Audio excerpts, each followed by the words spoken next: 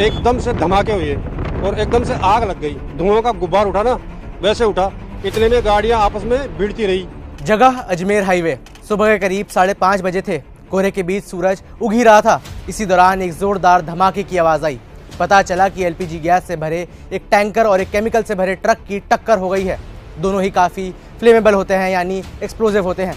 कोई कुछ समझ पाता इससे पहले ही टक्कर के बाद एलपीजी गैस लीक होकर पूरे इलाके में फैल चुकी थी और बस धमाका हो गया। धमाका इतना ज़ोरदार था कि एक एक करके हाईवे से गुजर रही 40 से ज़्यादा गाड़ियां आग की चपेट में आ गईं।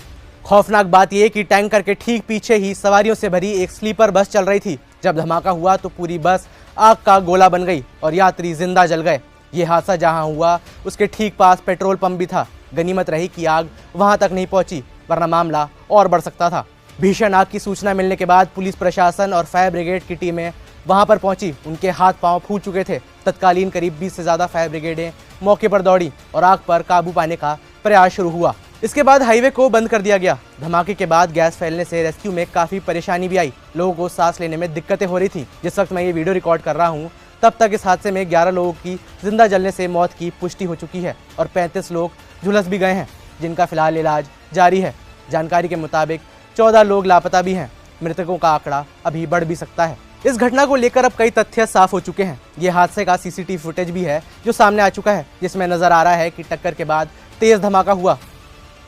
चश्मदीदों के मुताबिक एलपीजी टैंकर को एक ट्रक ने टक्कर मारी थी। इससे एलपीजी टैंकर के जो वाल्व थे वो टूट गए और गैस का रिसाव हुआ।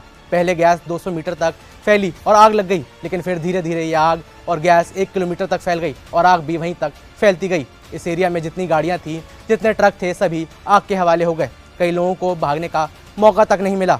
11 लोगों के जो मौत का आंकड़ा है वो सरकारी आंकड़ा अभी तक अपडेट नहीं हुआ है, लेकिन चश्मदीदों की माने तो 40 से 50 लोगों की मौत हो चुकी है। ज़्यादा ही जली है साहब, 40 से ज़्यादा तो गाड़ियाँ जल गई।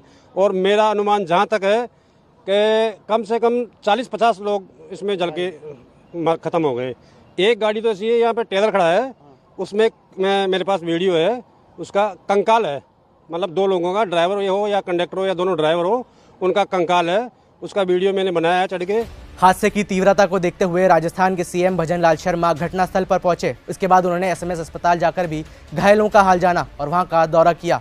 प्रधानमंत्री नरेंद्र मोदी ने हादसे पर दुख जताया है। पीएम मोदी ने मृतकों के परिजनों को 2-2 लाख रुपए और घायलों को 50-50 हज़ार रुपये का मुआवजा देने का ऐलान किया है। वहीं मुख्यमंत्री भजनलाल शर्मा ने भी मृतकों के परिजनों को 5-5 लाख रुपए और घायलों को 1 लाख रुपए की आर्थिक सहायता देने की घोषणा की है। उधर गृह मंत्री अमित शाह ने भी पोस्ट कर बताया है कि वो मुख्यमंत्री के साथ संपर्क साधे हुए हैं, उनसे बातचीत कर रहे हैं और घायलों को तुरंत इलाज देने का काम हो रहा है। सरकार पूरी तरह से घटना के लिए जो भी होगा हम जांच भी करेंगे, उनके इलाज भी करेंगे, जो उचित उनको सहयोग करना है वो भी करेंगे। लेकिन ये हादसे जिस तरह से होते हैं उनको भी किस तरह से रोका जाए, उस पर भी सरकार निश्चित रूप से विचार करेगी। मैं उन सभी को जो इस घटना में हताहत हुए हैं, उन सभी के परिवारजनों को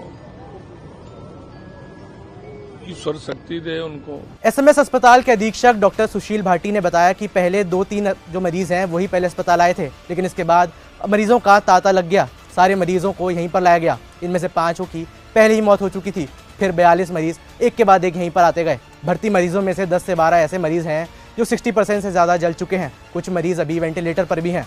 इस घटना की कुछ ऐसी तस्वीरें भी हैं जो हम आपको इस वीडियो में नहीं दिखा सकते। हालांकि वो वीडियो सोशल मीडिया पर काफ़ी वायरल हो रहे हैं।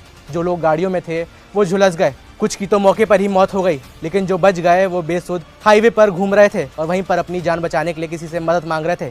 कईयों के शरीर पर तो कपड़े भी नहीं थे। राजस्थान और जयपुर के इतिहास में इस घटना को सबसे खौफनाक घटनाओं में से एक बताया